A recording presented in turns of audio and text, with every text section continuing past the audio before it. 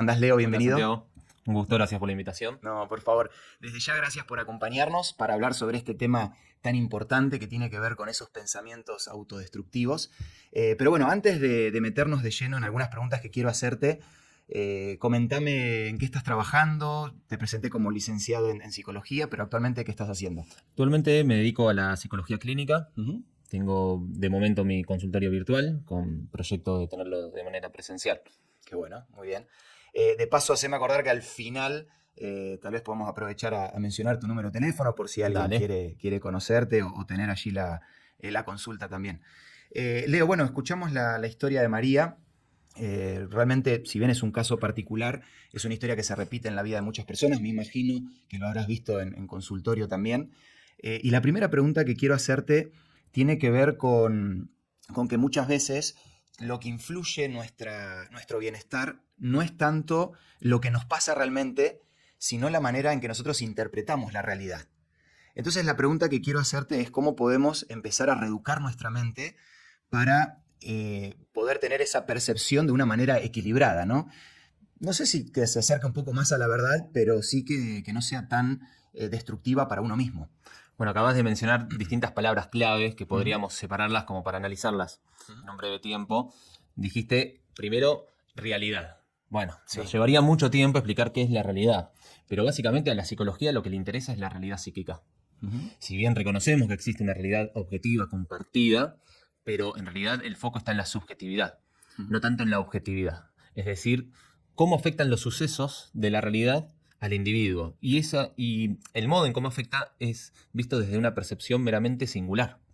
Entonces, un suceso de la realidad puede generar un conflicto psicoemocional a una persona Ujú. y el mismo suceso puede incluso pasar desapercibido para otra. Claro. Entonces, no hablamos tanto de generalidades o de reglas universales, porque acá también se pone en juego los recursos con los que cuenta cada individuo. Ujú. Y esos recursos uno los va desarrollando, muchos los aprende desde el contexto familiar, de las personas con las cuales uno se crió, se formó en las instituciones. Y bueno, empieza a enfrentar la vida y a las Con distintas esas instituciones herramientas con que lo que tiene. tiene, claro, con lo que tiene. Algunas personas, te diría las menos, se Ujú. hacen preguntas Ujú. introspectivas, digamos, de mirada interior, Ujú. autoevaluativas, para decir, bueno, ¿con esto qué me pasa? ¿Cómo puedo llevarlo a cabo? Con los recursos o del modo, para hacerlo más sencillo, del modo en el cual yo venía tratando de enfrentar esto, solucionando. ¿Me sirve para esta situación nueva que se me presenta? Claro. La mayoría de las personas, después más adelante seguramente vamos a ver esto de la frase piloto automático, Ujú. generalmente está desde este segundo lugar, ¿no? Automáticamente sigue su vida sin hacerse preguntas, una sola forma de operar en la realidad. Ujú. Eh, a veces le funciona y otras veces no. Claro. Me gustó esto que decías. Creo que es clave para entender que somos todos diferentes, que vivimos en un mismo mundo, pero percibimos la realidad de manera diferente. Esto de que cada individuo interpreta la realidad con las herramientas que tiene. Muchas veces, Santiago, pasa que en una charla de amigos o Ujú. incluso familiar uno escucha que alguien le dice, pero ¿cómo esto te va a poner mal? Claro. ¿Cómo vas a reaccionar de esa forma? Ujú. Bueno, porque evidentemente hay una lectura, hay una percepción, hay una perspectiva de la realidad que es completamente distinta a la del otro sujeto. Claro. Claro, algo que por ahí a mí me afecta muchísimo, por esto que decías de las herramientas que yo tuve no sé, pienso en la infancia, pero en la vida en general, por ahí a vos ni te toca de cerca o es algo que no te afecta. Pienso en alguien que se emociona, por ejemplo, por alguna situación en particular, y para otro no, o pasa como desapercibido. Hay que ver qué está viendo esa persona, ¿no? En esa Claro. situación que le genera esa emoción. Antes mencionabas, bueno, ¿se puede vivir en paz con estos pensamientos Sí. intrusivos? ¿Qué es la paz? Si nos podemos llegar a acercar a decir que la paz es como ese estado como de equilibrio, Ujú. o no diría estado de plenitud porque eso sería como lo más cercano a la felicidad, ¿no? Porque viste que Claro. son conceptos muy abstractos, Ujú. que tratamos de conceptualizarlos, pero bueno, Freud decía, que Ujú. fue un neurólogo y el padre de psicoanálisis, él decía que los conflictos psíquicos se generaban cuando los estímulos Ujú. externos o también internos rompían con la homeostasis, Ok. con el equilibrio psíquico interno. Y eso eso, en otras palabras, se podría decir que cuando eso que me sucede, Ujú. que puede tener una fuente externa, Ujú. una catástrofe natural, ejemplo, Sí. o algo interno, un estado de estrés descomunal como un burnout, Ujú. rompe con los recursos que tenía para hacer frente. Sí. Cuando yo me quedo sin recursos, entonces entro en un estado de conflicto, entro en un estado que no es saludable psíquicamente hablando. Rompo con esa paz mental. Claro, claro. Lo pienso desde, desde el lado de la teología, sin descartar esto que acabamos de decir, pero es como que yo trato todo el tiempo de buscar la base o un fundamento en algo que me esté indicando cuál es la verdad. Y hablo de las bases justamente, porque por ahí, si bien acá están involucradas emociones, sentimientos, pensamientos, que es lo que estamos hablando, y cada situación particular va a afectar a las personas de manera diferente, automáticamente mi pensamiento desde la teología, desde la Biblia, es como que, Santi, hay esas verdades universales que vos mencionabas al principio, como aferrate de eso, porque es lo único que podés poner sobre la balanza a la hora de decir lo que estoy pensando es porque se me viene a la mente y es una cuestión mía personal o porque realmente es la verdad. Pero bueno, es súper profundo para hablar. Quizás podríamos diferenciar de los pensamientos intrusivos negativos como ocurrencias que Sí. todos podemos llegar a tener, fugaces, que perdí el colectivo y me echo la culpa, Claro. o que hoy me levanté y no tuve tiempo para maquillarme, por ejemplo, o me puse una remera que estaba arrugada y que después eso influye en la autoestima, en la autopercepción de la imagen. Entonces digo, uy, pero qué decisión mala que tomé. Y queda ahí, en esa decisión. Claro. Y otra cosa son los pensamientos que ya se tornan como un modus operandi. Claro. Es una operación continua de la mente de tender hacia lo negativo. Bueno, eso, digamos, si nos enfocamos en esa segunda instancia, que es duradera y permanece en el tiempo, yo diría que sería más digna de análisis, ¿no? Porque ahí sí habría que escarbar y ver de dónde viene eso. Ahí es cuando termina dañando el Tal hecho cual. de prolongar ese pensamiento en el tiempo. Vos hablabas de verdades universales. Bueno, la gente que vive sumida en un pensamiento negativo, que no solamente me va a ir mal, el pensamiento negativo tiene un montón de aristas, desde el propio cuerpo, los sentimientos, las emociones y la forma de entender el mundo como algo Sí, la negativo. mirada a futuro incluso también. Entonces esas verdades universales quedan teorizadas, no vividas. Claro. Entonces es difícil ese cambio de posicionamiento subjetivo. Es decir, deja de ser una teoría para empezar a hacerlo una práctica. Sí, o que produzca un cambio real en mi manera de actuar, digamos. Aprenderla con H en el medio, ¿no? Claro. Que tiene que ver con interiorizar eso que leo, que va más allá de una charla automotivacional. Claro.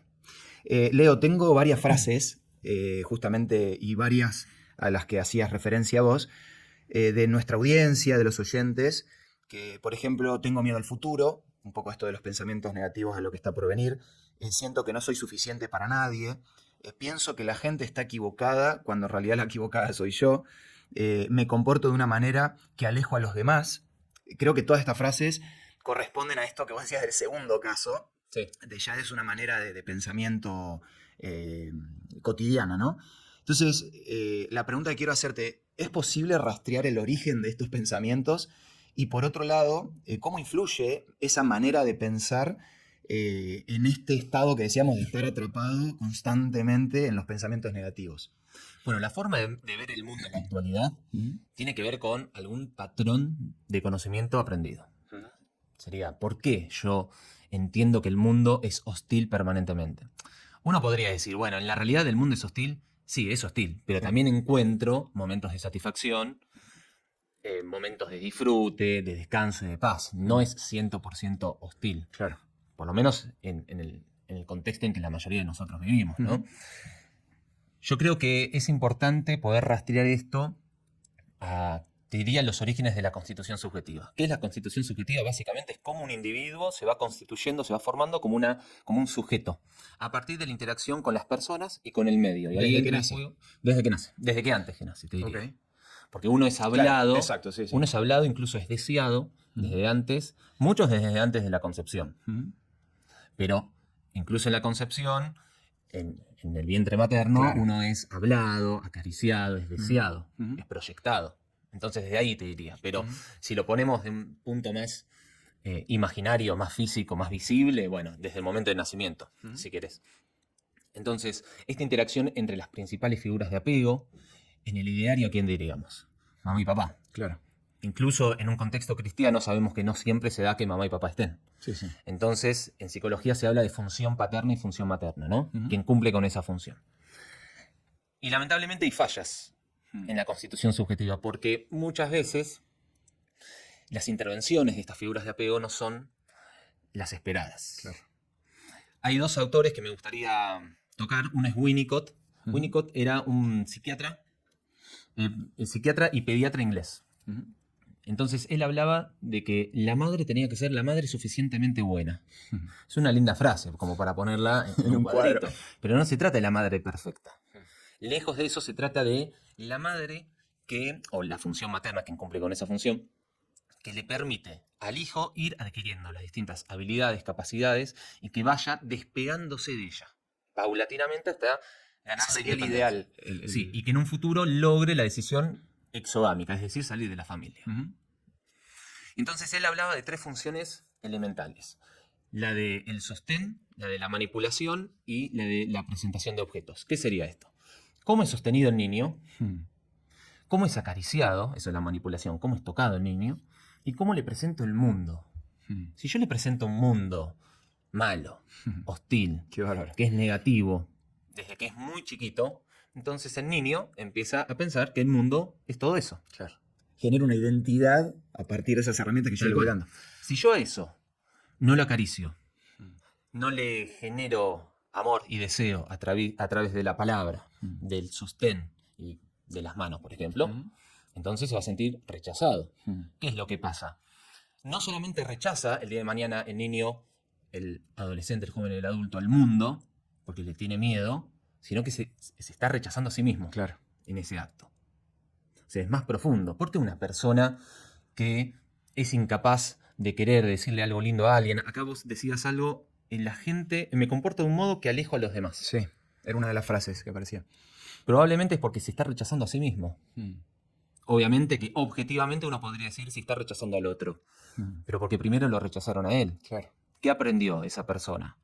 Y vos me podrás decir, bueno, pero esto pasó en la primera infancia. Bueno, es curioso cómo se repite como un patrón. Ujú. Freud lo llamaba cliché, es el modo de comportamiento en el cual uno se relaciona con el resto de los seres humanos, incluso en las relaciones de amor. Son rememoraciones de cómo fuimos criados y tratados en nuestra infancia. Romper con ese mecanismo, con ese circuito, es difícil. Hay que empezar a hacerse preguntas. Hay que dejarse interpelar por el otro. A veces tenemos un amigo que nos dice, che, Santiago, ¿te escuchaste? ¿O ¿te das cuenta de la forma en la que le hablaste o lo que hiciste? A veces necesitamos de eso para empezar a reflexionar. Claro. Otro autor, él era... Leo, solo Sí, pensaba en esto que decías de hacer como un stop y hacerme preguntas para quebrar ese patrón que viene en muchos casos desde nacimiento, desde antes de Ujú. nacer. Pienso en un amigo, lo que vos mencionabas, un profesional. Creo que ahí está la clave también de la importancia de psicólogos o un psicólogo que me ayude a examinar o hacerme las preguntas correctas. Y ahí nuevamente pongo el factor de Dios Sí. como también un agente que constantemente me está ayudando a hacerme las preguntas correctas por medio de personas que le envía, para no hacerlo tan intangible, por medio de esos amigos que están, que me aman, que me quieren, así como estoy y como soy. Pero qué importante, pienso en mí mismo, pero también en la audiencia o en los que nos están escuchando. Es decir, bueno, estamos hablando de los orígenes de esos pensamientos intrusivos. Si tal vez parte de la solución venga en, che, pongo el freno de mano, paro un segundo y me empiezo a preguntar, bueno, ¿por qué? ¿No? Reconfigurar la forma de pensar y Exacto. de entenderme a mí, Mm. al resto, a vos en este caso, por ejemplo, que te tengo enfrente, y al mundo. Mm. Y eso viene desde los orígenes de esta constitución subjetiva. Vos decías, bueno, la tarea del psicólogo. En este tipo de presentaciones clínicas, el psicólogo lo que tiene que hacer es esto, ¿no? Es invitar que en este espacio de escucha y terapéutico se sienta justamente escuchado y validado, porque nunca lo fue. Claro. Brindar esas herramientas que nunca recibió. Tal cual. Ibas a mencionar un Sí, segundo autor. un autor inglés, un psicólogo, Bowlby, se llama, difícil de pronunciar. Él desarrolló la teoría del apego. ¿Qué es el apego? Bueno, él decía que es la necesidad intrínseca, natural, de todo ser humano de generar lazos con el otro. Y generalmente de buscar gente con la cual yo me sienta protegida. Bien. Si uno se pone a pensar, todos tenemos a alguien con los cuales nos sentimos protegidos, cuidados, sentimos que nos puede llegar a defender. Entonces, si bien él caracteriza entre 3 y 4 tipos de apego, yo los resumo en 2 para que no se haga muy largo, Santiago, entre apego seguro y apego inseguro. Ok. El apego seguro, él lo va a caracterizar como una base. Ujú. La casa, con las figuras paternas, es una base segura, donde el chico, desde muy pequeñito, aprende a descubrir el mundo y saber que puede volver y los papás lo van a recibir con un abrazo, si se llega a caer lo van a, no sé, lo van a cuidar. Vos tenés una hija chiquita, ¿no? Exacto, Bueno, sí, pensá, invito a los que nos están viendo que piensen en los más chiquitos como cuando empiezan a caminar.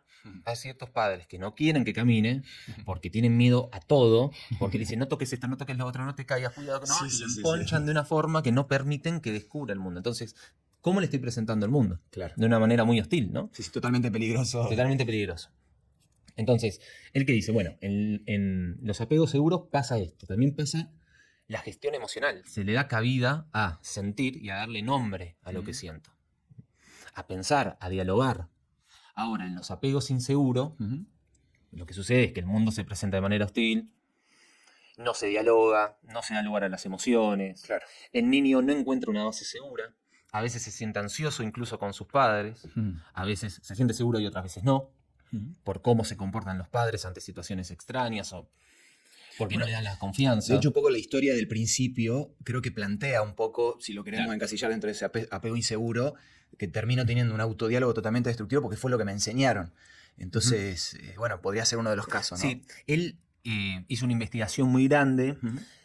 Generalmente en psicología lo que se hace es ver el caso sintomático en la actualidad Sí. para irse al pasado. Claro. ¿Bien? A veces se hacen algunas proyecciones sobre el futuro, pero generalmente las teorías surgen así. Entonces, ¿con qué se encontró Bowlby? Que las personas adultas que eran padres se comportaban de la misma manera en cómo habían sido tratados cuando ellos eran chiquitos. Es decir, si habían experimentado un apego seguro, entonces se comportaban de la misma manera para con sus hijos. Claro. Eran padres confortables, que brindaban seguridad, que permitían la gestión emocional. Ahora, si ellos habían vivido de chiquitos en una infancia donde eran rechazados, donde no se les brindaba la seguridad, donde el mundo era algo intrusivo y malo, entonces cuando eran padres replicaban eso con sus hijos. Fíjate el patrón de comportamiento Repetitivo. cómo se repite si no está ese stop que vos mencionabas antes. Claro. El tema es que hacerse preguntas duele. Es escarbar en Y lo porque que tiene uno- porque las preguntas de ese tipo aplican hacia mi identidad, quién soy, y hacia quienes me formaron. Claro. Y muchas veces yo tengo en un pedestal a esas personas y no me atrevo a cuestionarlos. Prefiero pagar con mi persona Claro. para mantenerlos en ese pedestal antes de correrlos, ¿no? No, lo primero que se me viene a la mente al escucharte esto es en que uno va rompiendo esas barreras, incluso cuando es padre, porque ahí te das cuenta las falencias que tenía o que tienen mis padres, porque me doy cuenta de mis propias falencias. Pero déjame mencionar también, me gustó esto del apego seguro-inseguro, en esta imagen de volver al hogar. Es inevitable pensar en la historia del hijo pródigo. Y de paso, repasándola no hace mucho, tengo una partecita y te voy a hacer otra pregunta igual Dale. en relación a esto, ya después para ir a lo más práctico. Pero en Lucas capítulo 15, que justamente ahí hay 3 parábolas, dentro de esas está la parábola del hijo pródigo, que si bien la tomamos como una parábola, es interesante cómo Jesús cuenta este relato y menciona un poco el diálogo que el hijo empieza a tener cuando se va de la casa. Si no conocen la historia, Lucas 15, versículos del 11 en adelante. Y hay una parte en el versículo 17, ya cuando el hijo había malgastado toda esa herencia que le había pedido al padre, que dice literalmente, y volviendo en sí. Entonces como que me cierra por todos lados con lo que vos mencionabas. Es esto de parar, decir, bueno, ¿dónde estoy? ¿Por qué estoy donde estoy? ¿Por qué estoy pensando lo que estoy pensando? Y lo que me gusta del texto, porque plantea todo este panorama psicológico, él y queda registrado cómo expresa, volvemos a decir que no deja de ser una parábola, pero por algo está escrito allí, él expresa cómo se siente, o cuáles eran esos pensamientos. Dice, ¿cuántos jornaleros en la casa de mi padre tienen abundancia de pan y yo aquí perezco de hambre. Me levantaré, iré a mi padre y le diré, Padre, he pecado contra el cielo y contra ti, ya no soy digno de ser llamado tu hijo. Pensamientos dolorosos, sin duda, que él estaba teniendo. Hazme como uno de tus jornaleros. Y es increíble, porque si hablamos de apego, esa imagen que se presenta en la parábola de Dios es un padre totalmente amoroso que me espera con los brazos abiertos. A pesar de mis errores, a pesar de mis pensamientos destructivos, a pesar de cómo yo perciba la realidad, porque de hecho él tenía una percepción del padre que no era totalmente completa. Bueno, Me valga la redundancia, ¿no? porque esto es muy interesante lo que decís, porque siempre hay una lectura que el otro hace sobre el mensaje. Claro. Un papá puede decir, pero yo fui claro, yo los eduqué a los dos igual. Sí, hay dos hijos que están... Podemos suponer que ese padre entendemos que es Dios, pero lo podemos encontrar acá en una charla de 3 y dice, no entiendo cómo reaccionó el menor de esta forma si yo los dos los eduqué igual y el mayor está conmigo y nunca me hizo este planteo. Bueno, porque siempre la lectura es objetiva, es singular. Claro, lo Y que siempre decías hay al una principio. decisión. Aunque sea el mismo mensaje, del otro lado puede ser leído de otra forma. Claro. Entonces, ¿a qué voy con esto? El hijo más chico creía que no podía recibir la restitución plena y volver a la categoría de hijo, sino que volvía a la categoría de siervo. Exacto. Perdonado, pero en un una rango menor- inferior. Sí. Que de hecho, que ahí es donde yo, y te interrumpo en esto, vuelvo a verlo a Dios constantemente intentando demostrarnos de manera individual a cada uno cómo debemos conocerlo para que Él siempre ocupe ese lugar del Padre con un apego seguro.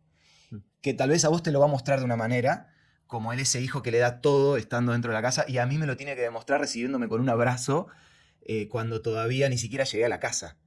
Eso es lo que a mí me da esperanza, incluso para romper esos patrones que hablábamos del principio. Porque la realidad, y vos lo mencionabas, creo que cuando uno empieza a escarbar en la vida de las personas que nos rodean, no me animo a hablar de porcentaje, pero tal vez la mayoría puede reconocer que tal vez no recibió la mejor crianza de todas.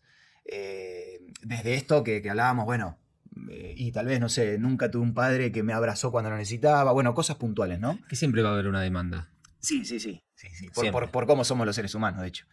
Pero lo que iba es esto, es como que Dios constantemente suple esa necesidad que tenemos todos los seres humanos, que vos también describías, y Dios la suple no solo desde el lado de un concepto, sino en la vida cotidiana. Ahí es donde yo creo que veo la esperanza o la luz, vuelvo a decir desde el lado bíblico, teológico, es como que Dios tratando de sanar todos esos reclamos, la falta de abrazos, de cariño, de mimos, de una crianza totalmente defectuosa, porque nosotros los padres criamos a nuestros hijos con nuestros propios defectos, como vos los decías, ¿no? Pero bueno, me encanta la historia. Pienso un poquito más, hablando un poquito más de esta parábola en relación al apego y a lo que, bueno, Winnicott también decía, Sí. es que si bien la lectura de esa enunciación fue errónea del hijo menor, Sí. esa base segura de alguna manera era evidente y objetiva y él logra recorrer a la misma. Sí. Eso pasa en el mayor de los casos, en la mayoría de los casos. Cuando se trata de un apego inseguro, con sus distintas vertientes que le identifica, lo que sucede son los casos donde la gente, independientemente de la edad que tenga, cuando se va de la casa y forma su vida, ya no vuelve a la casa. Claro. O vuelve de manera obligada, o la ve solamente en ciertas celebraciones familiares, determinadas épocas del año, vuelve por obligación, ¿no? Claro. Porque no es un lugar seguro, no es un lugar cómodo. Claro. ¿Cómo una vez más esta parábola nos describe el hecho del trato que Dios tiene con nosotros? Podríamos decir que toda emoción deriva en un pensamiento, pueden ser estos pensamientos intrusivos que hablábamos. Entonces, ¿cómo puedo o qué herramientas puedo poner en acción antes de que esos pensamientos se vuelvan pensamientos destructivos? No sé, llegar a una depresión, a una ansiedad, un estado de ansiedad. Vos lo hablabas como un pensamiento prolongado en el tiempo, ¿no? Sí, ¿cómo puedo hacer para cortar, tal vez antes de que esos pensamientos lleguen a ser pensamientos destructivos? ¿Qué herramientas puedo poner en acción? Bueno, es una pregunta compleja porque a veces uno cree que en la psicología se habla en términos de recetas para hacer, no sé, una torta. Sí. y no necesariamente las mismas estrategias les sirvan a todos, pero vamos a tratar de hablar de generalidades, Santiago. Lo primero es lograr definir qué es lo que me está pasando. Vos hablaste antes en términos de emociones. Sí. Bueno, una emoción es una reacción fisiológica ante algo que me está pasando, a nivel interno o externo. Un sentimiento es la emoción atravesada con un sentido, dada por el pensamiento. Hay gente que llora, te habrás cruzado con gente que llora y no sabe por qué. Sí. Que tiembla y no sabe por qué. Tiene miedo y no sabe a qué tiene miedo. Bueno, ponerle un nombre. El prototipo de esto es el ataque de pánico. Hay una sensación de muerte en el ataque de pánico. Y no siempre puedes ¿Por qué? explicar por qué, claro. No puedo respirar, aumento de frecuencia cardíaca, respiratoria, vértigo, náuseas, dolor de cabeza, sensación de opresión en el pecho. Es un cúmulo, es una bomba de emociones sin sentido. En el término estricto de la palabra, ¿no? Sí. Sin sentido porque todavía No se lo esa dijo. persona no se lo dio. Mm. Entonces, parte de las herramientas es, bueno, ¿qué es lo que estoy sintiendo? Porque si vamos a vivir de emoción en emoción, nos podemos llegar a golpear feo contra la pared, ¿no? Entonces, primero darle nombre a eso. Permitirnos sentir. Yo entiendo que hay ciertos sentimientos que están endemonizados en la sociedad, como la tristeza. No puedes estar triste. Un cristiano no puede estar triste.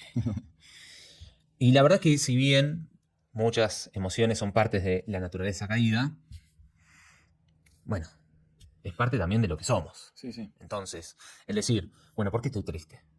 Por esto. ¿Por qué tengo ansiedad? Y porque estoy pensando en algo que va a venir en el futuro y eso no me deja dormir. Bueno, ¿por qué estás alegre? A veces nos tenemos que preguntar por qué estamos alegres, ¿no? Porque no sabemos. No se trata de si me desperté y pisé primero con el pie derecho o con el izquierdo. Se trata de empezar a tener una autoevaluación.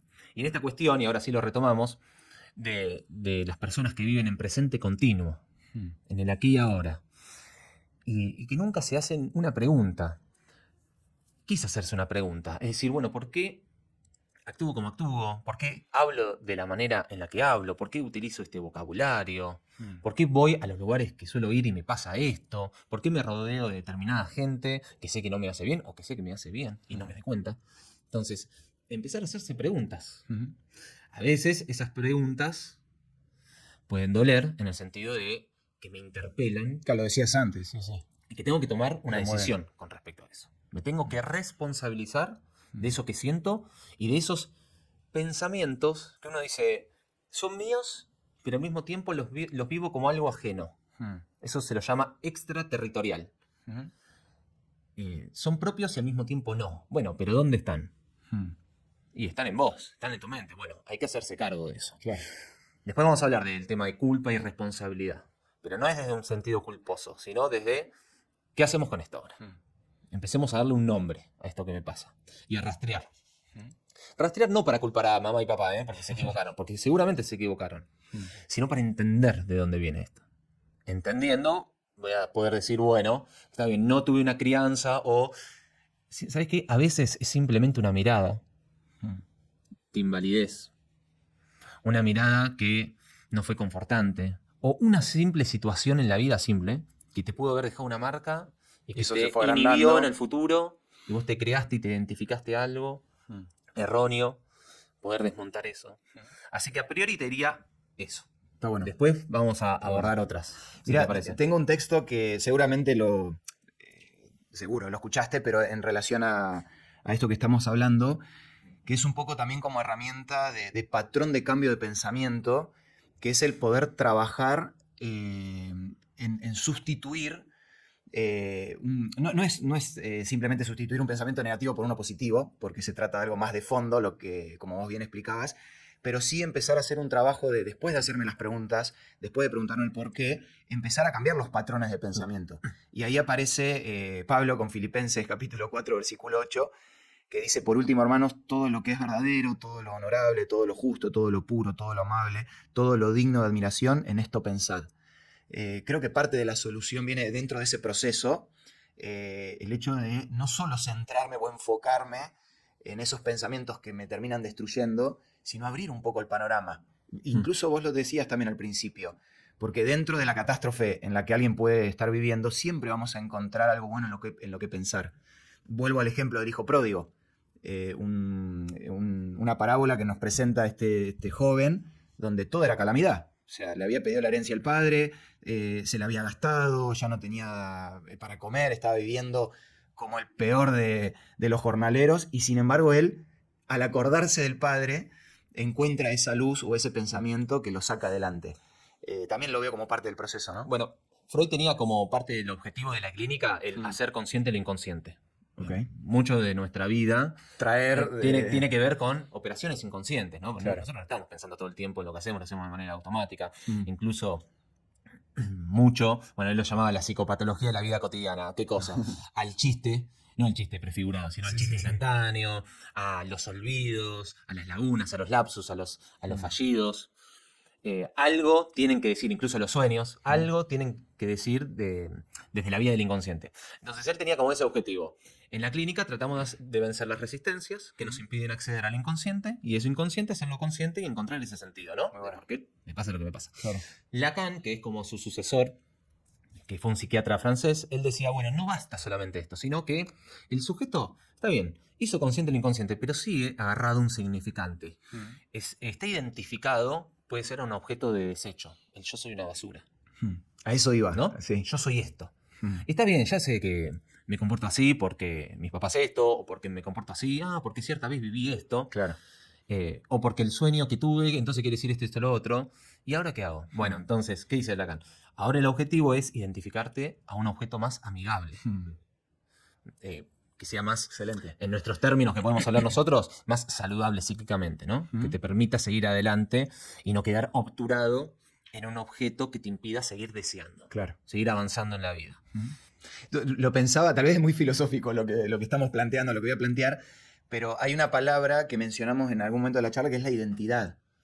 Porque, en definitiva, mi manera de pensar determina mi identidad. Entonces, si yo, y lo hablaba con un compañero que es personal trainer, y él decía, a veces lo que más me cuesta trabajar en las personas es este pensamiento de decir, no, yo no soy un deportista. No estamos hablando de elite ni de nada, pero decir, no, yo nunca fui bueno para los deportes. No, o sea, es cambiar ese patrón de pensamiento que en definitiva termina cambiando tu identidad. Y algo que para mí es clave, vuelvo a la parábola del hijo pródigo, pero que aplica en todo orden de la vida. Yo con el tiempo fui entendiendo también, y siento que Dios nos quiere revelar y mostrar eso, que es que cuanto más seguro, cuanto más claro yo tengo la identidad de Dios, más segura o más claro voy a tener cuál es mi identidad. Porque en definitiva mi identidad la termino construyendo también acerca del conocimiento que tengo de Dios. Esto es lo que decía en la parábola. ¿Soy hijo de quién? Yo estoy comiendo acá con los chanchos, pero ¿cuál es mi verdadera identidad?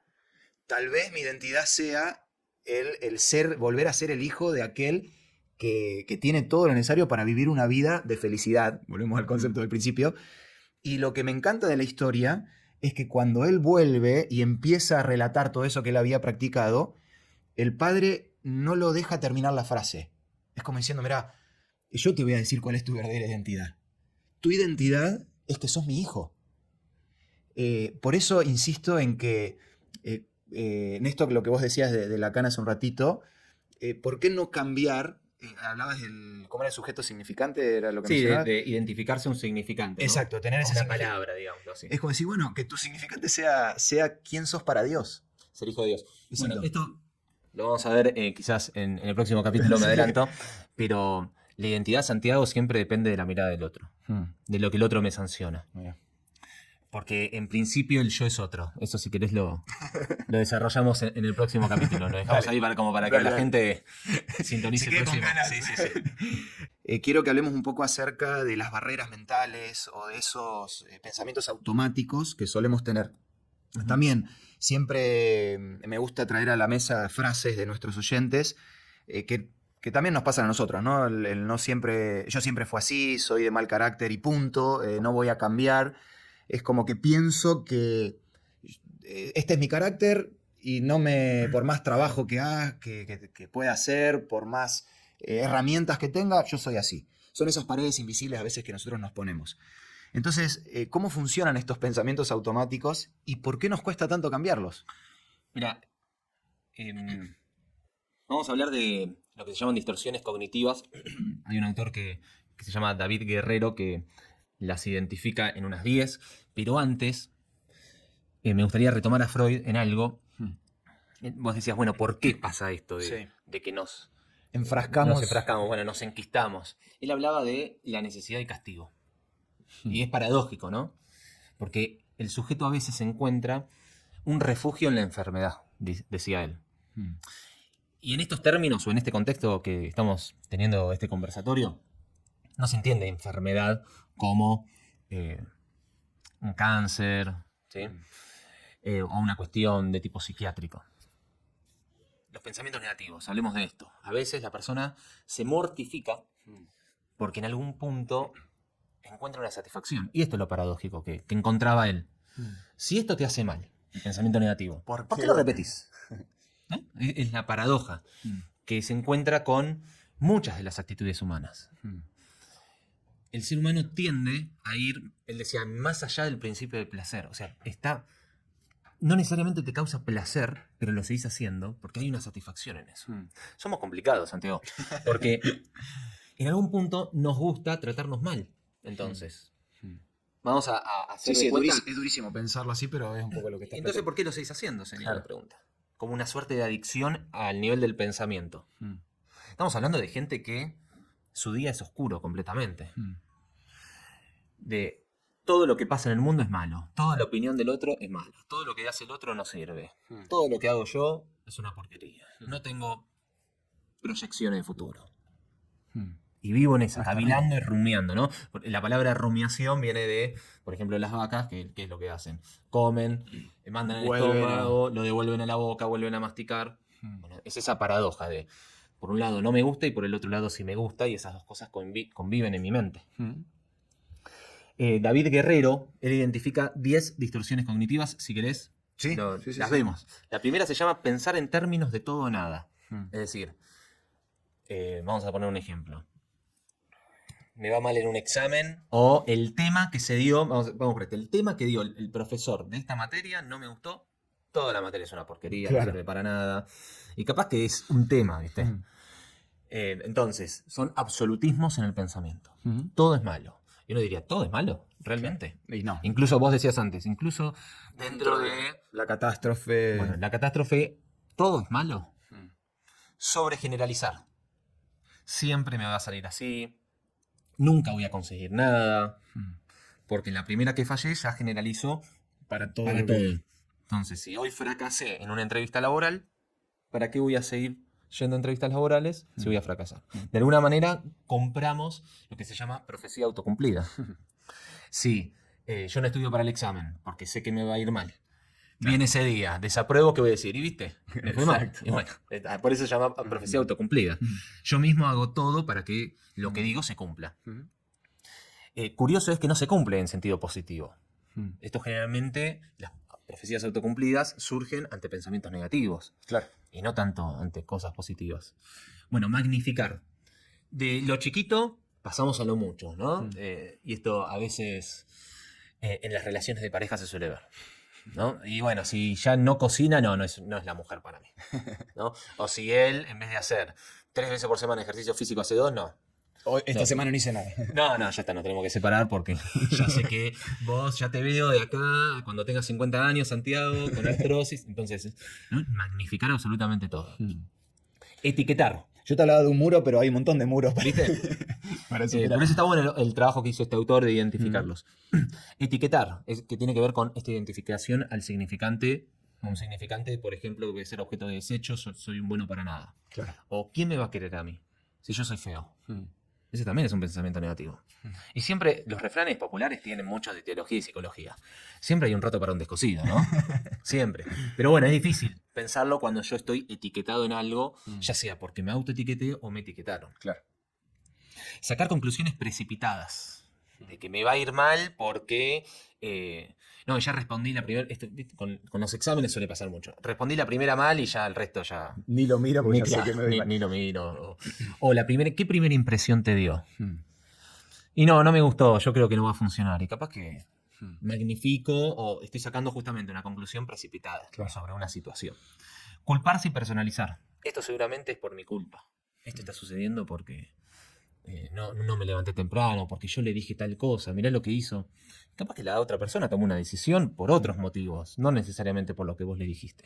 Un amigo psicólogo jugando al fútbol, y yo ya no juego al fútbol ahora, pero era mucho de, nos hacían un gol y yo por ahí estaba en la otra punta de la cancha, no, culpa mía, ¿no? El hecho de culpar, y un amigo me dice, Santi, tené cuidado porque esto que vos mostrás en la cancha tiene muchas veces que ver con lo que después vivís en tu vida cotidiana, ¿no? Y de alguna manera Esto de ponerse... culparnos por lo que, cosas que a veces no tenemos ninguna incidencia. Culparse de alguna manera es ponerse en el primer lugar, en el centro. Claro. También. Es Sí, un modo, refleja- es un sí. modo disfuncional de intentar llamar la atención. Claro. No escarbes mucho, así no me... No lo digo por vos, analices. pero pienso en alguien que todo el tiempo se está echando la culpa, Sí, sí, sí. se hace ver, justamente, Claro. ¿no? El hacerse ver, Claro. porque Sí, necesito no, que no el lo había otro visto me de esa vea, manera. porque necesito la validación del otro. Ujú. Y a veces el lugar que encuentro Mm. es el lugar De del víctima. desdichado, de la víctima, Claro. porque es el único lugar en el cual el otro me da de su atención. Fíjate qué fuerte eso. Sí, sí, Pero a veces nos encontramos esos recovecos para ocupar un lugar en el deseo del otro. Sí, son 10 y vamos... Son 10. Vamos por las 7. Perfecto. Razonar de forma emocional, lo que hablábamos antes. Ujú. Ponerle un nombre. Porque Claro. a veces puedes gritar, llorar, reír injustificadamente, ¿no? Ujú. Aplicar un filtro mental, Ujú. generalmente es un filtro negativo. Claro. A buena hora que sea un filtro positivo, ¿no? Ujú. Uno puede decir, bueno, está nublado. No, ya todo lo que haga hoy va a ser mal porque me va a salir mal porque está nublado y yo funciono mejor con días positivos. Claro. Bueno, en algún punto tiene razón. Si vos te fijás que en los índices de felicidad, entre Ujú. comillas, en Gran Bretaña, Ujú. son bajos porque casi todo el año está nublado y llueve. Claro. Bueno, son Te estudios. condiciona. Son estudios que muestran la condición del clima, pero que un día esté nublado y que ese día sea malo por eso, es como una reacción, ¿no?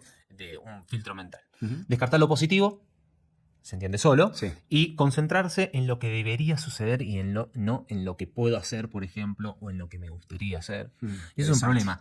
Cuando el deber ser se grosifica, Ujú. se engrandece de tal forma que no me permito ser, no me permito disfrutar. No, porque primero está lo que tengo que ser, Claro. lo que tengo que hacer. Bueno, ¿y vos qué querés hacer? Esa pregunta muchas veces la hago en la clínica. Mm. ¿Y qué querés hacer vos? Ya sé lo que hay que hacer, el deber ser, ¿no? ¿Y vos qué querés hacer? ¿Querés hacer esto? Mm. A veces mi psicólogo me lo hace. Para que veas que los psicólogos También también necesito- sufrimos de esto. Ujú. Bueno, Interesante. esas serían como los 10 tipos de pensamientos negativos Mm. que logró clasificar este autor. Excelente. La pregunta que te había hecho y que detonó esta respuesta es cómo funcionan estos patrones automáticicos. Bueno, ahí está la respuesta clara por poner, porque de hecho, si uno tal vez se pone a escarbar, dentro de esos hay muchas aristas, Tal cual, sí, sí. situaciones, pero... Con esto no quiere decir que tengo uno solo de los 10. No, de Puede hecho ser se pueden que- entremezclar. Tal cual, puede Estaba ser. pensando en eso al principio también. Exacto. Algo que nuevamente me trae esperanza, que no sé si lo mencioné al principio, pero es la capacidad que tiene nuestro cerebro, que de esto habla mucho la doctora Nancy Michael, que es profesora de neurociencia en la Universidad de Notre Dame, y no es otra cosa que la neuroplasticidad. Es decir, bueno, a medida que yo voy repitiendo patrones de pensamientos, voy creando surcos neuronales que eso se activan de manera cada vez más automática ante una misma situación o situaciones que causen emociones similares, ¿no? Entonces la pregunta que quería hacerte es, primero no olvidarnos de eso, o sea, tenemos la capacidad de generar nuevos surcos neuronales que me lleven por caminos positivos, por decirlo de alguna manera. Pero ¿cómo podemos hacer para desalentar todas estas creencias limitantes, o sea, ir tratando de aplacarlas, ponerles un manto que me ayude a no repetirlas, sin caer en un optimismo vacío o incluso sin negar lo que estoy sintiendo? Porque por ahí si yo lo tengo que describir, te lo digo con palabras y es parte de las herramientas que vos decías al principio, pero bueno, la idea es ir cambiando esos patrones. En definitiva, ¿cómo puedo hacer? Bueno, lo primero que te diría es, ya vimos algunas herramientas antes, nos vamos como progresivamente avanzando. Sí. Ahora que logramos identificar qué tipo de pensamientos tenemos, bueno, hacerse la contrapregunta. Sí. No vamos a poner los 10 tipos, pero, por ejemplo, la 9 decía, descartar lo positivo. Bueno, empecé a hacer el ejercicio de ver lo positivo. En lo positivo. De verlo, no sé si centrarme, porque a veces sería caer en este falso optimismo. De ir Porque para cuando hay otro una lado. desgracia, hay una desgracia. Claro. Y uno tiene justamente percibir eso de la realidad. Claro. cuando uno tiene que duelar, que no necesariamente es el fallecimiento de alguien, puede ser un trabajo, puede ser Es una etapa en la vida. una etapa en la sí. vida, una relación, una idea, cuando, Ujú. por ejemplo, una idea de Dios Claro. equivocada, que afecta a mi identidad, Ujú. permitite hacerlo. Pero digo, Sí, poner en el perspectiva las dos bueno, cosas. el equilibrio que tanto nos cuesta, Sí. decir, bueno, empiezo a ver qué cosas positivas hay en esto que me está pasando. Ok. ¿Es todo negativo? Uno puede ser. En otro. Culparse y personalizar, por ejemplo, que era la sexta. Bueno, realmente es tu culpa que no hayan metido el gol. En tu caso, si vos estabas arriba, está bien, diste Claro. un pase mal, pero en el medio hubo un montón de situaciones. Ujú. ¿Todo es tu culpa? ¿Vos realmente creés que es así? Ujú. Empezar a romper con esos esquemas. Etiquetar, que era la cuarta. Estás etiquetado, estás sumido a un objeto X. Sí. Bueno, ¿por qué no trabajar y decir, che, yo soy valioso? Mm. ¿Y si realmente no soy eso que me dicen los demás? Claro. ¿Y si empiezo a cobrar valor desde otro lugar? Ujú. ¿Y si realmente no soy un bueno para nada y soy bueno en algo? Tampoco voy a ser bueno en todo, porque eso sería un falso optimismo, ¿no? Exacto. Pero en algo tengo que ser bueno. Ujú. Tengo que trabajar. Ujú. No, bueno, pero yo no sé. Bueno, empezá a hacer algo, no sé, andá a estudiar inglés si te gusta el inglés, andá a una academia de dibujo si querés dibujar, andá a hacer deportes. ¿Sí? Ujú. Algo bueno puedes hacer. No sé, sobregeneralizar. Bueno, esta idea catastrófica del futuro o de la situación. Bueno, nuevamente, equilibrio. Ujú. ¿Qué cosas buenas hay? ¿Qué podés hacer vos? ¿Cuánto depende de vos que las cosas salgan bien? Claro. Ahí digo, como estrategias, como empezar a desmontar estas falsas creencias que se nos vienen. Ujú. Leo, vos es que me anoté, tomando esto que vos decías, de la doctora Nancy Michael, que mencionaba al principio, 3 Sí. palabras que ella cita a la hora de trabajar con esto de la neuroplasticidad. Y es atención, que vos fijate que va de la mano con lo que vos decías, ¿sí? Prestar atención a cuáles son esos pensamientos y escucharme a mí mismo. Después, intención, ser intencionales en la manera en que pienso. Y luego la persistencia, ya que estos surcos neuronales se trabajan por medio de la repetición, ser insistentes en ese trabajo de cuestionarme, básicamente. Es que básicamente tenés que desmantelar las redes neuronales para generar otras. Claro, claro. Por eso me gustaron mucho tomar estas 3 palabras en conjunto con lo que vos decías. Atención, intención y persistencia. Siempre, y ella lo menciona, sin perder de vista la identidad que quiero llegar a tener. Que en definitiva, bueno, es la esencia, ¿no? Ujú. ¿Algo más ibas a mencionar en cuanto a los patrones de estos 10 darlos vuelta? Claro, sí, sí. Después, en términos de estrategias, si seguimos por esta línea, entender que la frustración es real, Santiago. Y no podemos escapar de eso. En algún momento nos vamos a encontrar con la frustración. La frustración, pero pensémosla en todas las aristas de la vida. Desde el chico o la chica que me dijo que no. Desde la carrera en la cual no me pude recibir por X motivo. O que no pude entrar siquiera. La casa que no me pude comprar, el lugar donde no pude ir a vacacionar, etcétera, etcétera. La frustración es real. Freud decía que había tres fuentes de penar. La hiperpotencia de la naturaleza, lo hemos visto, por ejemplo, en la catástrofe de Bahía Blanca, que causa un penar. Fragilidad en nuestro cuerpo, que tiene que ver con Problemas de enfermedades. salud, sí. Y la tercera es las relaciones interpersonales. Para vos, ¿cuál sería la que mayor penar genera? ¿De relaciones interpersonales? No, de estas tres, ¿cuál sería? Para vos. Relaciones interpersonales. Bueno, coincidís con Freud. Él dice, las relaciones interpersonales son los que mayor penar genera. Mira. Entonces, estar advertido de estas cosas también sirven para no idealizar tanto, ¿no? Claro. A las personas, a las relaciones, las situaciones en las cuales se encuentran, ¿no? En este trabajo son todos muy buenos, me tratan súper bien, me siento súper contenido, que está bien, Claro. pero cuidado, ojo, porque el día de mañana que alguien te conteste mal o Sí, que sí, te sí. llamen la atención, que no se te venga el mundo encima. Uno tiene que estar advertido. Entonces, la frustración es real. El asunto es con qué recursos cuento para hacer frente a esta frustración, Claro. ¿no? Entonces, pensaba, aceptar los límites, una estrategia más. Los límites... Dame un ejemplo en relación a eso. Los límites, ya sea internos como externos. El límite interno es, estoy sobrepasado, estoy muy estresado, Ok. tengo que aprender a desistir. Es un límite que mi propio cuerpo me está poniendo. No estoy con la cabeza para aprender este nuevo proyecto. Claro. Es aceptar la frustración, ¿no? Esa frustración que es real y aprender a vivir con eso. Claro. Del lado externo puede ser que me despidan del trabajo, Ujú. una relación que se quiebra, viene desde afuera. Claro. Y aprender a sobrellevar eso. Ujú. Ahora, queda la pregunta, ¿qué puedo hacer para revertir?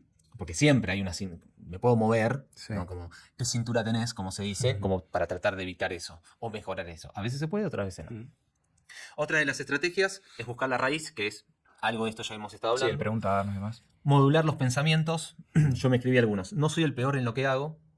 Puedo equivocarme, pero no todo el tiempo. En algo me voy a equivocar, Claro. ¿no? Pero todo el tiempo. Puedo mejorar. Puedo aprender de mis errores. Ujú. Hoy tengo más preguntas que respuestas. Y eso me puede decir, ¿pero eso es bueno? Muchas veces sí, ¿eh? Aceptarlo también. Claro, tener más preguntas que respuestas. Porque a veces, precipitadamente, encuentro una respuesta que me cierra, pero no es la indicada, no es la de la realidad objetiva. Claro. Y me termino haciendo caso a una respuesta que no me hace bien. Ujú. Hacerme de redes sociales que me potencien como individuo. No hablo necesariamente de las redes sociales del dispositivo, ¿no? Sí, Sino de relaciones las vin- interpersonales, básicamente. Claro, el tipo de vinculación que pueda tener real, que me construyan Claro. como ser humano, como cristiano, uno podría decir. Bueno, esas son algunas. Tengo Bueno. otras, pero no sé cómo estamos con el tiempo. Estamos ahí justo, pero Le dejamos para otro momento. le quería sumar que tiempo hay, ¿eh? Lo que pasa que tengo varias preguntas más para hacerte, Dale. pero pensaba también como parte de herramienta desde el Sí. lado de la teología, cuando hablo de teología siempre me refiero a Dios, desde dónde decido construir. Porque si yo, bueno, necesito herramientas para terminar con esos pensamientos intrusivos, decir, bueno, cuando yo tomo ejemplos bíblicos, desde dónde construyó Dios, pienso en un Jesús seleccionándolo a Pedro. La Biblia nos declara o nos muestra cómo era Pedro en su carácter, un hombre impulsivo, era tosco en ciertos momentos, tenía sus miedos, sus dudas como todos los tenemos, pero así todo cuando Dios lo llama por medio de Jesús, o Jesús lo llama directamente, es como que Jesús decide construir sin dejar de lado sus defectos, pero Jesús ve su potencial y cómo él, a pesar de sus defectos, puede terminar haciendo su voluntad y ser una clave, una personalidad estratégica en el plan que él tenía. Bueno, ejemplos hay muchísimos, el mismo Moisés. Moisés se describe al mismo, apenas Dios le hace el llamado, enseguida tira su currículum en cuanto a los defectos que él tenía. Y sin embargo, decir, bueno, ¿desde dónde decido construir? ¿Desde mi diálogo negativo o ser equilibrado, ser realista? Si lo que estoy pensando es realmente una limitación real o es un pensamiento que yo tengo de mí mismo. Está muy bueno eso que decís, la limitación. Esto que se refiere a la frustración, ¿no? ¿Es una frustración real, realmente? Claro, ¿O es claro. algo autoimpuesto? Exacto. ¿Es una creencia fundada? Y a eso siento que cuando yo me acerco a Dios, en el proceso práctico de empiezo a orar, empiezo a conocerlo por medio de la Biblia, empiezo a, vos mencionabas las redes sociales, empiezo a relacionarme con personas que están en un ámbito cristiano, saludable siempre, por supuesto. Es como que siento que se empiezan a caer esos pensamientos irreales que tal vez tengo de mí mismo que no tienen nada que ver con lo que es mi verdadera identidad. Por decir, bueno, yo no soy bueno para esto. Y por ahí hablo con alguien que me rodea y me dice, no, mirá, Santi, yo veo un potencial en vos. Y tal vez yo mismo me puse la limitación por estos pensamientos que repito y repito. Cuanto más me acerco a Dios, creo que esa barrera de pensamientos irreales a limitaciones reales es como que finalmente se unen. Sí, bueno, esta es mi limitación, lo reconozco, pero gracias a que ahora me tomo de la mano de Dios, puedo lograrlo porque en mi debilidad es donde se desarrolla el poder de Dios, ¿no? En definitiva, cerrando un poco el concepto. Bueno, Leo, vamos a la última parte Dale. del podcast, y es centrarnos en reeducar la mente. Porque la esperanza y la buena noticia es que podemos cambiar esos pensamientos, como hablamos un poco de la neuroplasticidad, que gracias a Dios fuimos creados con esa capacidad. Pero vuelvo a mencionarte algunas frases que suelen surgir de nuestra audiencia.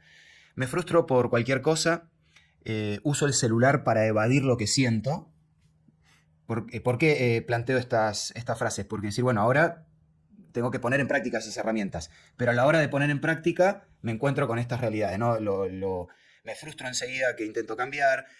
Cuando intento cambiar, en definitiva, agarro el celular y trato de distraerme para no encontrarme con la realidad. Me siento mal porque vivo procrastinando. Si yo sé lo que tengo que hacer, pero lo voy a hacer mañana, y ese mañana nunca llega.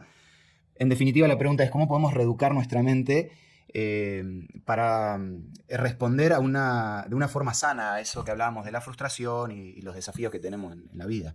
Bueno, mucho de esto, o sea, como respuesta a lo esta pregunta, mencionamos. lo venimos mencionando, Sí. ¿no? Si uno después, la virtud que tiene el video en YouTube Se o en la vuelve para plataforma es atrás. que uno puede recapitular dentro del video.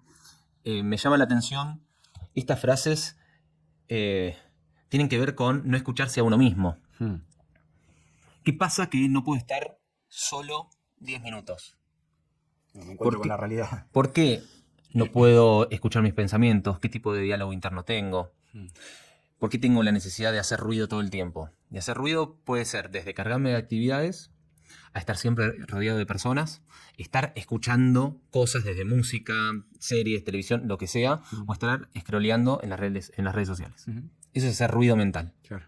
¿Qué pasa que no puedes estar, no te digo como un monje tibetiano, con un voto de silencio por un mes, Claro. pero qué pasa que no puedes estar 5 minutos reflexionando, pensando sobre tu proyecto de vida, dónde estás, de dónde venís, hacia dónde vas, ¿no? Las preguntas elementales Sí, existenciales. y existenciales que nos hacemos, que el cristianismo y la Biblia nos dan esas respuestas, pero nos dan respuestas más globales, ¿no? Venimos, no somos producto de la evolución, tenemos un senso, somos hijos de Dios, vamos hacia un lugar mejor.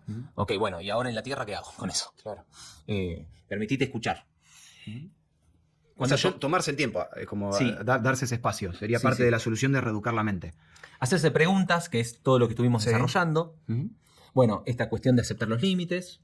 Y cuando, bueno, acá también tengo estas frases que vos habías leído.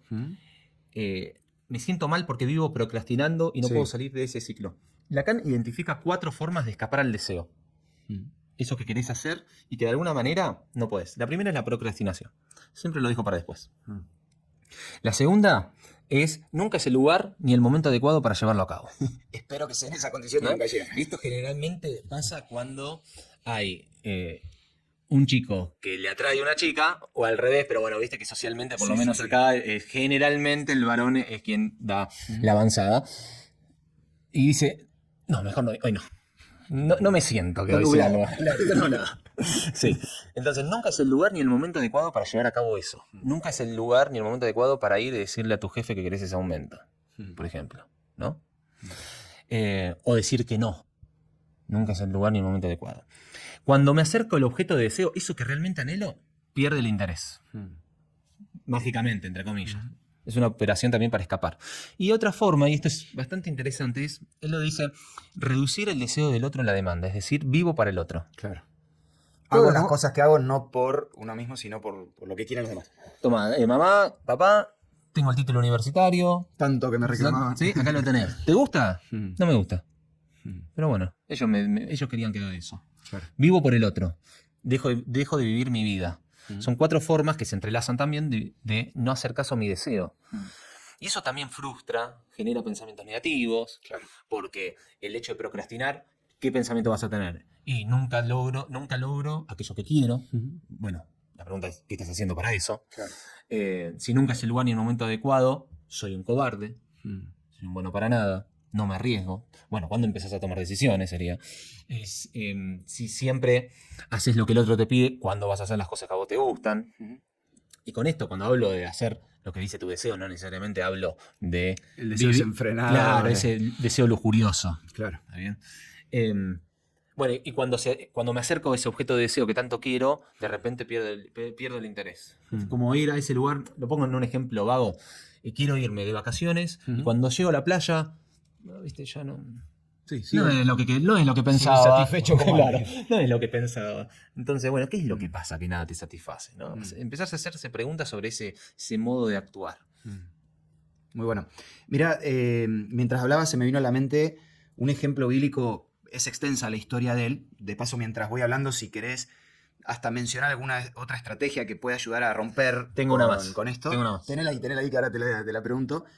Pero pienso en el personaje bíblico Jeremías. Para quienes no conocen, Jeremías era un profeta que tuvo una tarea muy difícil porque, bueno, agarra parte del exilio del pueblo y él tiene parte de dar malas noticias. Se lo conoce como el profeta llorón, porque él expresa mucho lo que siente. De hecho, escribe el libro de Jeremías y también Lamentaciones, que se lo atribuye a él.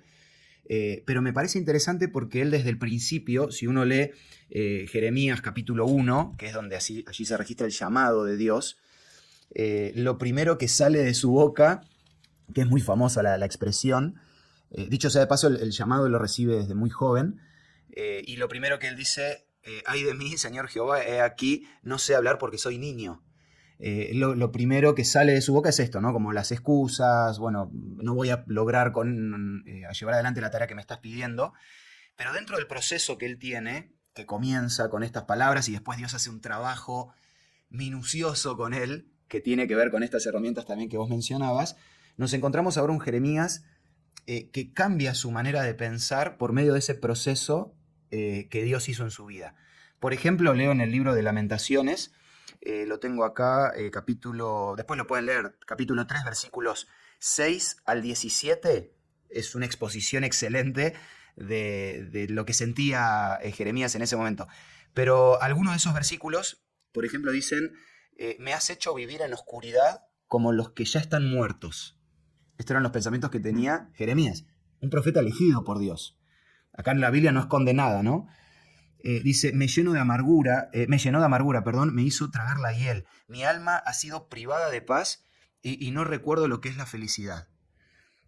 Quería leer esto y después voy a otro texto después de la herramienta que tenés ahí. En primer lugar, ser sinceros con nosotros mismos y con Dios. Que vos lo mencionabas, no tener temor en expresar lo que estoy sintiendo. Si mi vida es un calvario porque estoy teniendo pensamientos intrusivos, pensamientos negativos y no logro salir de ahí, creo que parte de las herramientas tiene que ver con expresar eso que estoy sintiendo. Y si un profeta como Jeremías, que había sido elegido por Dios, estoy pensando en un cristiano, en un religioso, entre comillas, o alguien que se pone bajo el paraguas de una religión y dice, no, yo no puedo sentir, vos mencionabas hoy, no puedo sentir tristeza, no puedo estar teniendo un mal momento. No, todo lo contrario. La Biblia está llena de ejemplos, y Jeremías es uno de esos, de cómo ellos expresaban lo que estaban sintiendo. Eso no significa que Jeremías no se queda en la lamentación, sino que termina cada uno de sus pensamientos, que él empieza así con estas expresiones de dolor, de sentimientos, no serían sentimientos culposos, pero sentimientos negativos, siempre él los termina con esperanza. Como por ejemplo el versículo 21, que lo tengo acá en una versión muy linda, versículos 21, 22, 23, dice, el fiel amor del Señor nunca se acaba, sus misericordias jamás terminan, grande es su fidelidad, cada mañana se renuevan. Todo esto que acabo de leer está en un mismo capítulo. Entonces, vuelvo a decir cuán grande es Dios, que me ayuda no me deja solo en ese proceso de reenfocar mi mente sin dejar de lado la realidad que estoy viviendo, el reenfocar mi mente en la esperanza que está por venir, ¿no? Te dejo ahí para que compartas la herramienta que ibas a decir. Sí, pensaba en dos personajes bíblicos más. Ujú. Uno es Jesús, que tuvo Sí. un ataque de angustia, ¿no? En el Getsemaní. Sí. Y lo expresa, él dice, me siento triste hasta la muerte. Tal cual. Bueno, y este sentimiento de hiel es como el sabor a Amargo, muerte. sí. El sabor a la muerte. Y el otro es Elías, Ujú. cuando le También. pide directamente, Morir también. Jonás también, ¿no? Le pide morir, que lo mate. Sí. Pero en el caso de Elías, y de Jonás también, ahora que asocio, Ujú. ¿cuál es el método de Dios? Ujú. Es como el camino del héroe de cualquier personaje de ficción. Sí. ¿No? En Elías se lo ve muy bien. Mm. Comé, prepárate, caminá 40 días que yo te voy a recibir en el monte. Y le pregunta a Dios, ¿qué haces aquí, Elías? Y le hace preguntas. Y a Jonás también le hace preguntas. ¿Qué le dice? ¿Tenés razón en enojarte tanto? De hecho, el libro termina con una pregunta. El libro de Jonás. A mí me da la esperanza que Jonás recapacita, porque ¿quién escribe Jonás? ¿No? Y ese diálogo tan íntimo.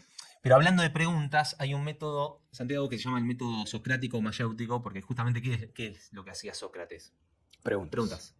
Él genera un nuevo paradigma en Grecia, en donde él, no tengo respuestas, tengo preguntas, esa es la mayéutica. Y que eso generaba más escozor, más incomodidad en la gente, porque la verdad que no nos gusta tener más preguntas que respuestas, ¿no? Busca la receta. Tal cual. Siempre, sí. Entonces, hay cinco modos de preguntarse. La primera es la petición de pruebas que mantienen esos pensamientos negativos. Es decir, ¿qué pruebas tengo para creer que todo lo que hago me va a salir mal? Pruebas, poné pruebas sobre la mesa. Okay. Otro, indagar las alternativas interpretativas de aquello que te está sucediendo. Mm. Bueno, esto te pasó por tu culpa, puede ser que te haya pasado por esto. Bueno, barájalas. Mm. Tercero, explorar las consecuencias emocionales de tener este tipo de pensamientos. ¿Hacia dónde te lleva estar pensando esto todo el día? Mm. Cuarto, comprobar la gravedad de las predicciones negativas. Generalmente en esta generalización o en el pensamiento catástrofe uno tiende a decir, bueno, todo lo que va a venir va a ser malo, me van a despedir, voy a quedarme solo, nadie me va a querer. Bueno, pará. Mm. ¿Es realmente tan grave lo que te está pasando? Claro. Y la otra es conceptualizar pensamientos o supuestos vagos en su formulación. Por ejemplo, ¿qué quiero decir con esto Mm. que me digo? ¿Mm? Muchas veces en la clínica pasa esto, ¿no? Se juega mucho con la palabra. ¿Para qué quisiste decir con esto? Claro. Porque, Escarba un poquito. claro, y tener una vida normal. ¿Y qué es normal para vos? Mm. Porque lo que es normal para Santiago Claro. no es lo mismo que para Leonel o para cualquiera. Mm. O querer disfrutar. ¿Y qué es disfrutar? Mm. No sentirme presionado. ¿Y qué es sentirse presionado? ¿No? Entonces, empezar a reconceptualizar esos conceptos Muy que bueno. uno tiende como a generalizarlos de manera universal, pero para cada uno en realidad, como comenzamos, desde la singularidad se lo aborda de una manera distinta. Ujú. Excelente. 2 palabras de mi parte y te dejo para que cierres en 2 minutos. Bueno. No más, Leo. Por ahí un pantallazo general y un desafío que nos puedas dejar para la audiencia. De mi parte, solo mencionar, yo arrancaba, que lo entrábamos o lo pusimos en diálogo, el hecho de buscar esas verdades universales más allá de situaciones particulares o de pensamientos que tenga ante diferentes situaciones. Y me preguntaba, haciendo un poco el repaso de las preguntas que te iba a hacer, ¿qué es la verdad? Y la Biblia lo deja muy claro qué es la verdad. Hay varias cosas que la Biblia menciona que es la verdad. Por ejemplo, la misma Biblia dice que la Biblia es la verdad. La misma Biblia dice que Jesús es la verdad. Entonces, tal vez parte del ejercicio para ir sanando esos pensamientos negativos es aferrarme cada vez más a Dios con las verdades que Él me presenta para ir acallando esas voces que me destruyen, sin negar lo que siento, sin dejar de ponerle nombre, sin dejar de trabajarlo, pero aferrándome a la verdad de que Dios me ama, que Dios me recibe con los brazos abiertos y que Él me presenta un futuro súper esperanzador, que no es otra cosa que esas promesas que Él nos hace de que finalmente va a venir a buscarnos, ¿no? Más allá de cómo sean nuestros pensamientos, si yo estoy dispuesto a acercarme a Él, Él va a transformar mi vida.